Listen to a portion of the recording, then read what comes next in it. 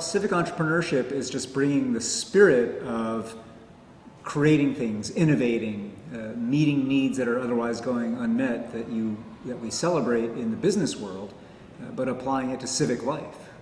And to be a civic entrepreneur is to be somebody who sees opportunity and niches and needs going unmet in the life of a community, whether that community is a city or a state or a country. And thinking, hey, I've got an idea about how I or some others might be able to address that need, and then creating ventures that really fill the gap and move things forward.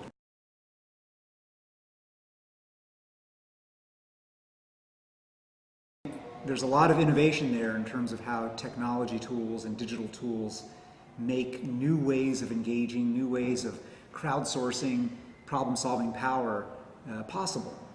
At the same time, there are certain foundational things that it doesn't matter what the medium is, whether you're talking about iPhones and apps, or you're talking about the telegraph, or you're talking about mass-printed pamphlets. Certain basic core things about having the values that are necessary to say, I'm a co-owner of this community and I need to take some responsibility for its health and well-being.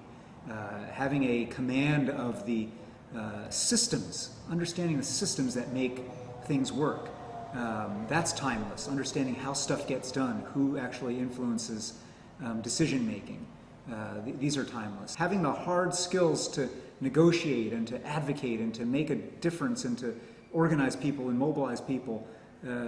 These skills, though they may be aided by new technologies, are also as old as human gathering itself, right? And so I think one of the things that we've got to do in this digital age is think about not making a fetish out of the tools, but recognizing how the tools of technology can really unlock the timeless potential of people to decide things for themselves and take ownership of problems in the community.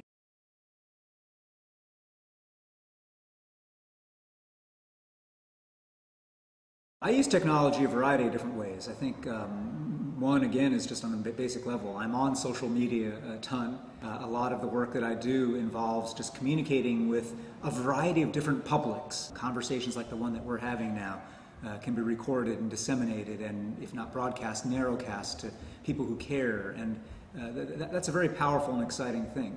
I also use technology in a more indirect sense, which is it shapes my mindset. I think we're all living right now in an age that you can describe most fundamentally as a networked age. And that shapes the way that I do almost everything that I do in civic life. Citizen University, we run a program called the Civic Collaboratory, and it is a network of networks from people all across the United States who are working in different dimensions of civic renewal.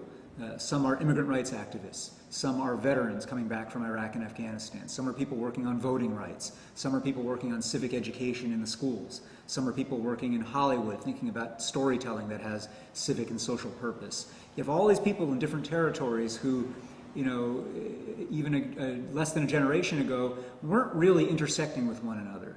But today, both because of technology and because of a networked mindset that technology accelerates, we're making 1 + 1 = 3 over and over again by getting people to collaborate across these domains and across their silos in a way that they wouldn't have in years past. And I think that's, again, both literally about the use of the tech tools and more figuratively about having just a networked mindset.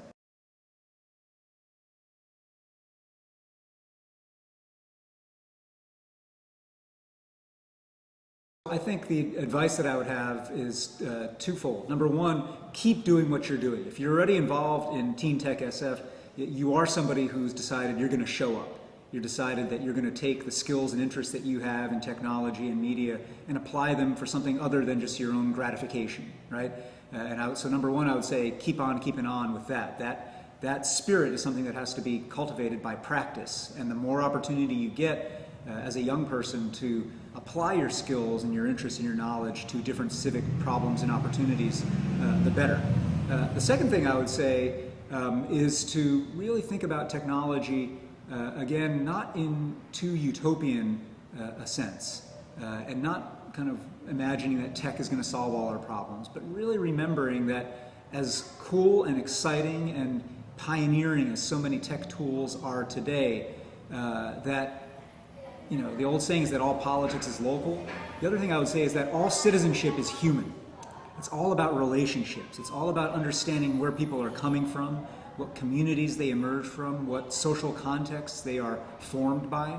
And there's not yet an app for that, for shorthanding that in a way that allows you just to kind of skip through the hard work of really getting to know another human and understanding, why do you see the world the way you do? Why do you and I disagree on things the way that we disagree? Where are you coming from? And is there some way that we might find some point of commonality? That's the hard work that particularly the kinds of motivated, smart young people who are involved in TeenTechSF that I really want them to double down on.